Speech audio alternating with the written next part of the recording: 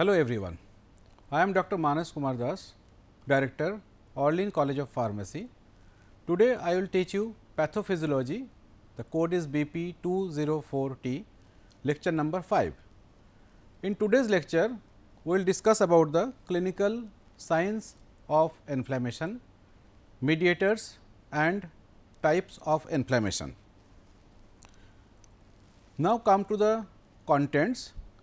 So, today I will discuss about these topics: introduction to inflammation, signs of inflammation, causes of inflammation, types of inflammation and in last acute and chronic inflammation.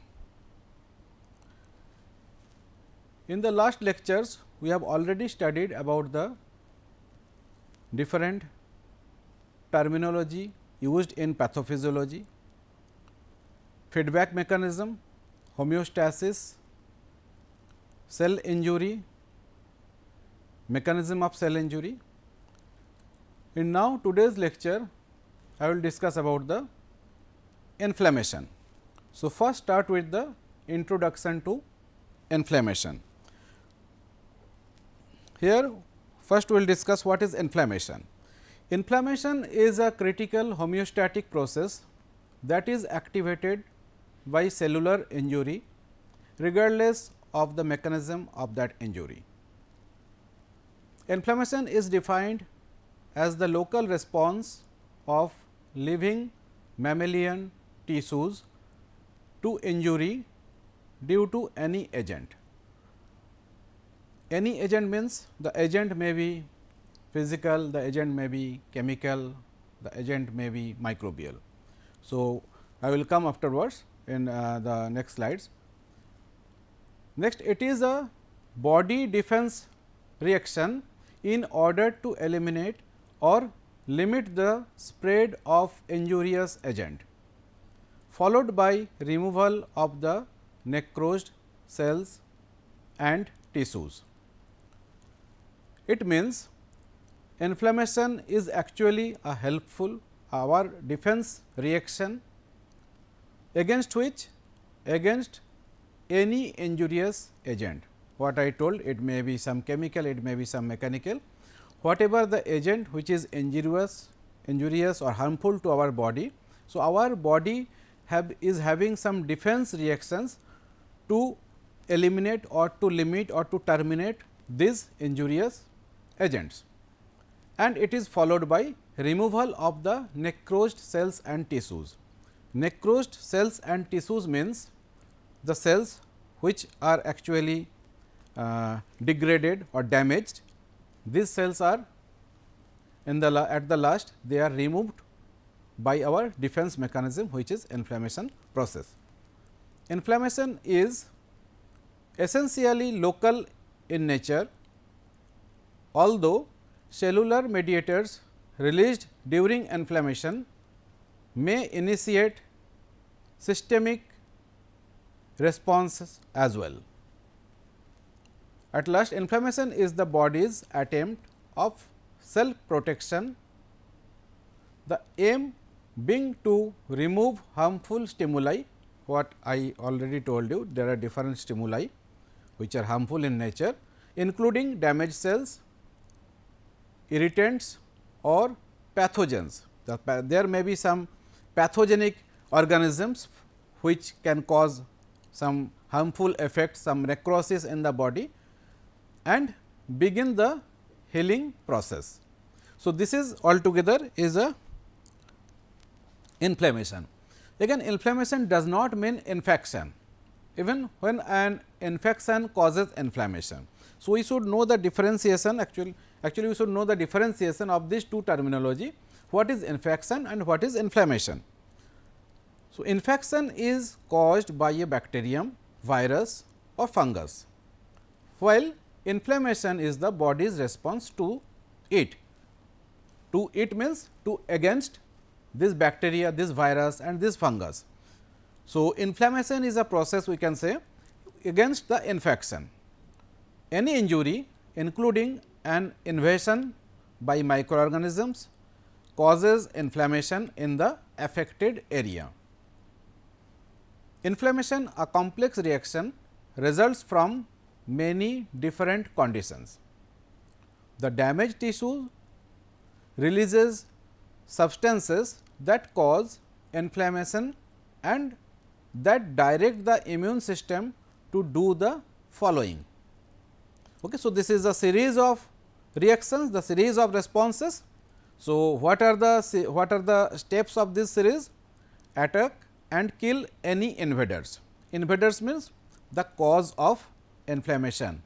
What are the different etiology for the inflammation, like the microbes, like other agents. So, attack and kill any invaders which is coming outside from our body and attacking our body and enter inside our body. So, our defense mechanism attack and kill this. Dispose of dead and damaged tissue. Dispose of means the eradicate the damaged tissue, necrosed tissue, begin the process of repair. So, it starts the repairing process. Whatever the tissue has been necrosed or damaged, the body will start recovering it by its repair process. This repair process we will discuss later. Now, come to the signs of inflammation. So, actually there are some cardinal signs of inflammation, which are 5 in numbers. So, this one you can say rubor, redness. So, when there is an inflammation, there will be some redness, which is termed as rubor. Next stage of inflammation will come tumor. So, first the redness will happen, then there will be swelling. Tumor, this is related to tumor like extra growth. So, it is not a extra growth, it is swelling because there will be some deposition of the liquid and the liquid will come outside the cells in the extracellular space. So, there will be swelling in that inflamed area. So, that is why the tumor or swelling we can see. Third one is more interesting, that is calor. Calor is related to calorie, means heat. So, if you touch a inflamed area, you can feel the heat of that particular area, because there are so many reactions going there. So, it will produce some heat. Next one is dolor. Dolor means pain. When there is an inflammation, at last it will produce pain, but pain will start not immediately after getting the inflammation. It will start after some time, because the stage wise it will first produce rubor, redness, tumor, swelling, calor, heat, and next is dolor, pain.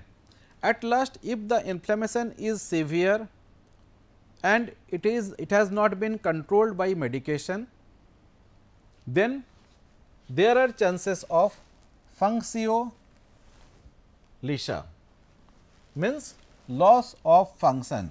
Suppose a part of your body has been infected by any organism and there is inflammation, and the person has not taken any medication to or any other means to eradicate the microorganism or to control the infection, then at last there will be functio licia.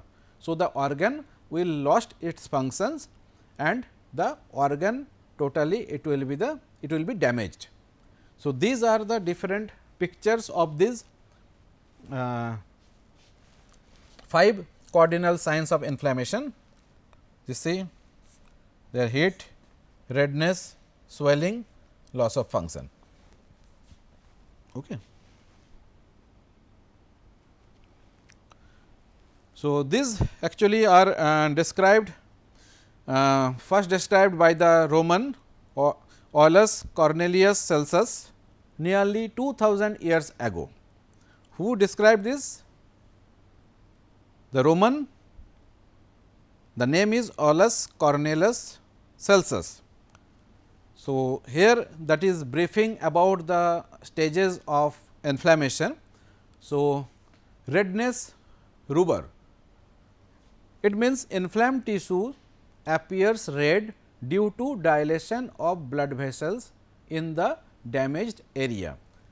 See, when there is an infection or any damage, in the process of inflammation there will be redness.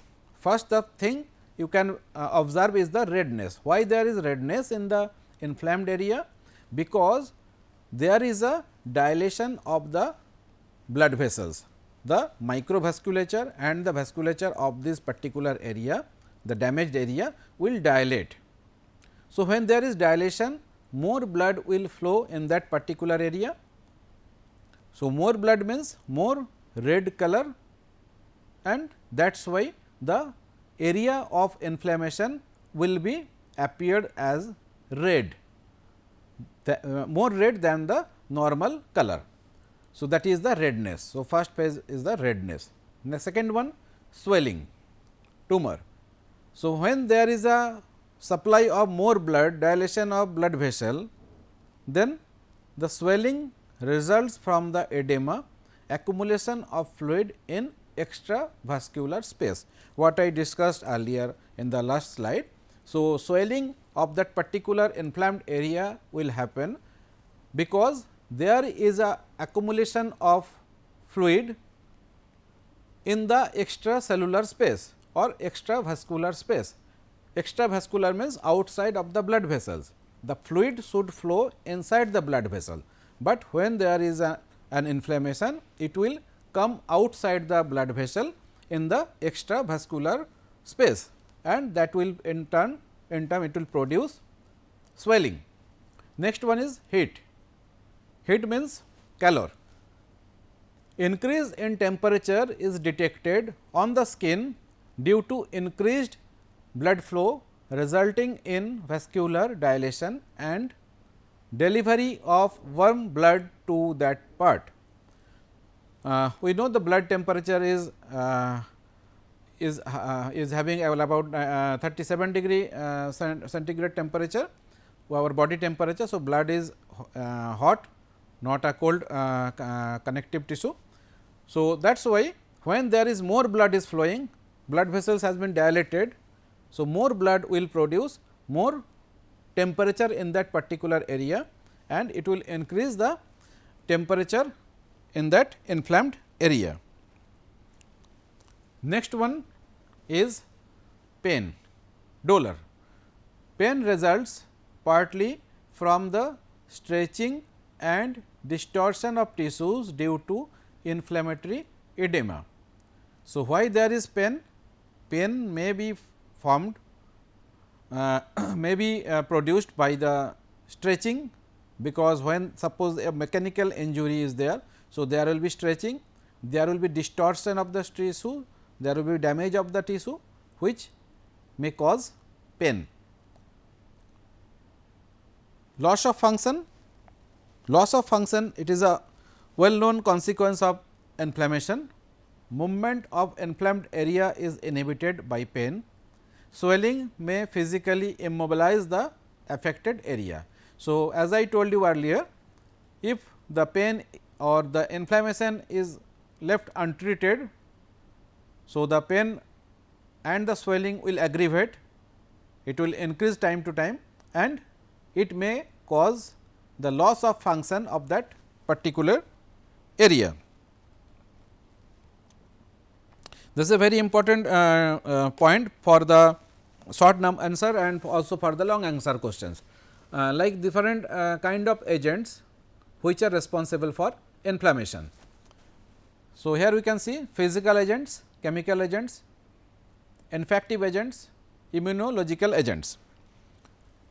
So, physical agents which are physically can cause inflammation, like what are the agents?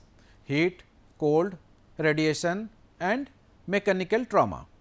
These are the different kind of physical agents which can cause inflammation. Next come to the chemical agents of inflammation.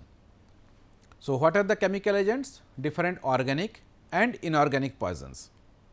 We know different organic substances, different inorganic substances. Suppose a strong acid, if it come in contact with the skin, it will produce inflammation, that is arsenic, lead, different heavy metals that can also cause poison inflammation. Infective agents like bacteria, like virus and their toxins. We know there are some pathologic bacteria are there. Many viruses are heavily dangerous for our body. So, these are the substances which can cause infection in our body, and after that the inflammation will be produced. Immunological agents like cell mediated antigen and antibody reactions. Cell mediated antigen and antibody reaction, these are actually reaction in between antigen and antibody. So, we are in there in immunology, we are having different kinds of two kinds of immunity. One we get from our birth and which is called as innate immunity, and another one we get from the environment. We acquire this kind of immunities which are called acquired immunity. So, when any antigen enter inside our body, that may be some bacteria, may be some virus, may be some other pathogens or some pollens, whatever the things which is not a part of our body, it comes from outside and enter inside our body. So, immediately our body's defense mechanism get activated, and we are having different kinds of antibodies which start reaction against these antigens, which is called antigen antibody reactions.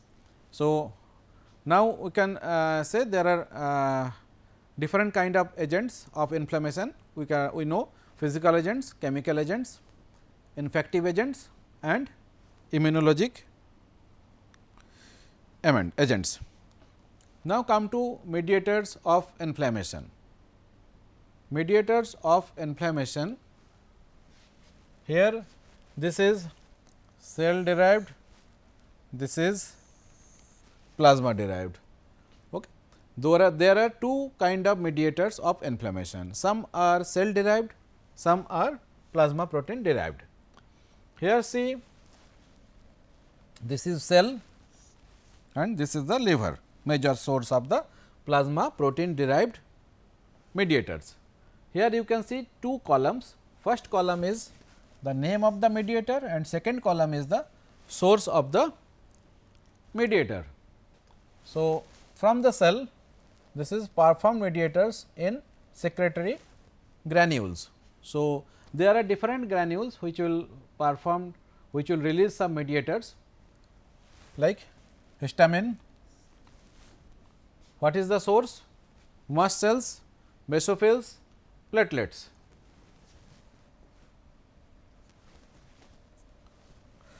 Next, serotonin.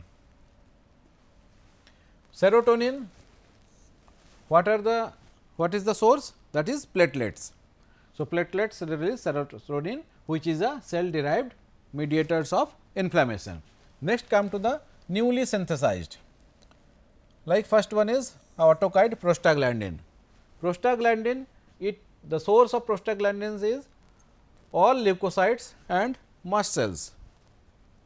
Next, come to the second one, leukotrienes. Leukotrienes, all leukocytes, mast cells are the source of leukotrienes. Next is PAF, platelet activating factor, all leukocytes and EC cells, enterochromaffin like cells. Next one is reactive oxygen species, all leukocytes are the source of reactive oxygen species ROS.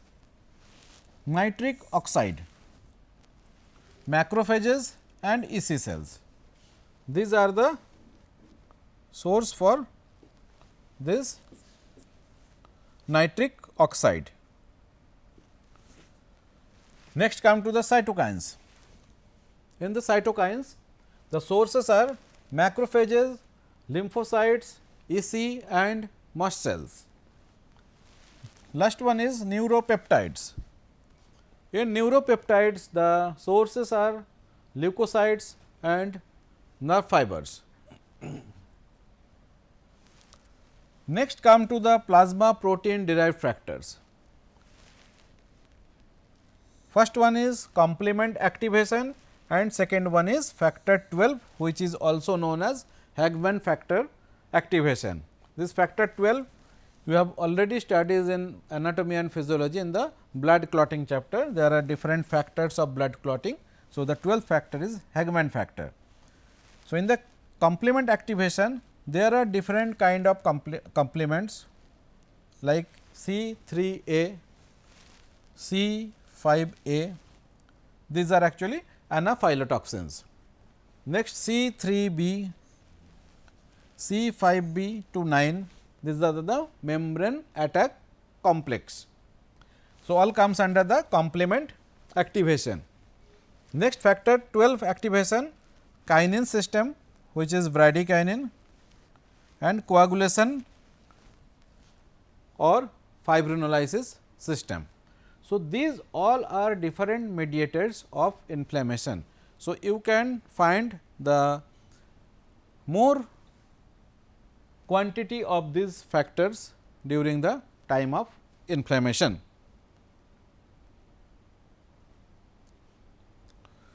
So, now come to the types of inflammation. Acute inflammation when due to early response by the body and is of short duration, and chronic inflammation when it is for longer duration and occurs after delay and is characterized by response by chronic inflammatory cells. So, this is a difference between chronic and acute inflammation. The sequential hemodynamic changes are an initial transient vasoconstriction followed by persistent progressive vasodilation, raised local hydrostatic pressure and transudation in extracellular space. Next, there is immigration of leukocytes from the capillary wall due to slowing and stasis in microcirculation. So, this is in brief, actually this we will discuss in the next PPT. So, this is a brief about the stages of the inflammation process. So, a sequential hemodynamic change, again I am telling you, sequential hemodynamic changes are an initial transient vasoconstriction. So, first the blood vessels will constrict for a shorter period, transient vasoconstriction, followed by next what will happen, persistent progressive vasodilation. The blood vessels will dilate after that for a longer duration. Raised local hydrostatic pressure will increase and transudation in extracellular space. So, the fluid will pass through the capillaries and it will go to the extracellular space. Next, there is emigration of leukocytes. So, leukocytes, because they are smaller in size, they will emigrate from the capillary wall due to slowing and stasis in microcirculation. So, the speed of the flow will slower.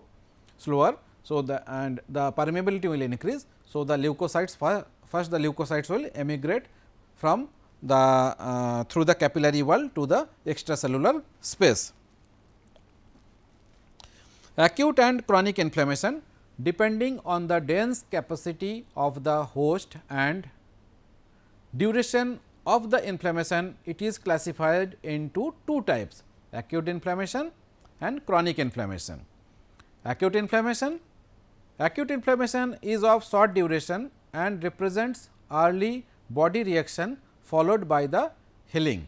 So, when there is inflammation, after that there will be healing. So, that is acute, will be of short duration and after that there will be healing process. Examples: acute bronchitis, scratch cut on the skin, acute appendicitis, acute tonsillitis, acute infective meningitis, acute sinusitis.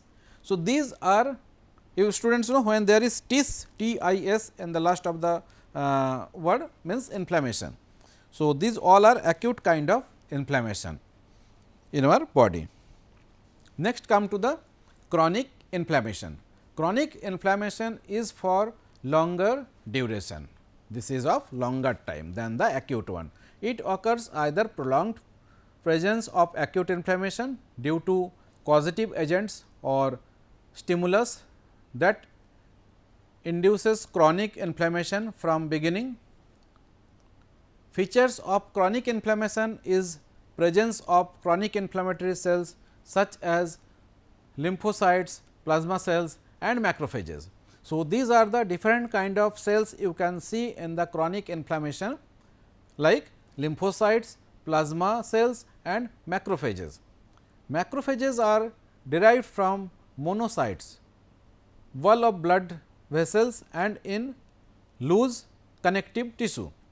They interact with lymphocytes to facilitate antibody production. Examples of chronic inflammation are asthma, chronic peptic ulcer, tuberculosis, chronic active hepatitis. This is a diagrammatic presentation of acute and chronic inflammation. You can see allergic reaction, chemical irritants, infection, trauma injury, burns, laceration, cuts, wounds, first bite, these are all acute kind of inflammation. And in chronic, cardiovascular disease, neurological disease, autoimmune disease, rheumatoid arthritis, cancer, lupus, fibromyalgia, chronic fatigue syndrome, these all are chronic kind of inflammation. Thank you.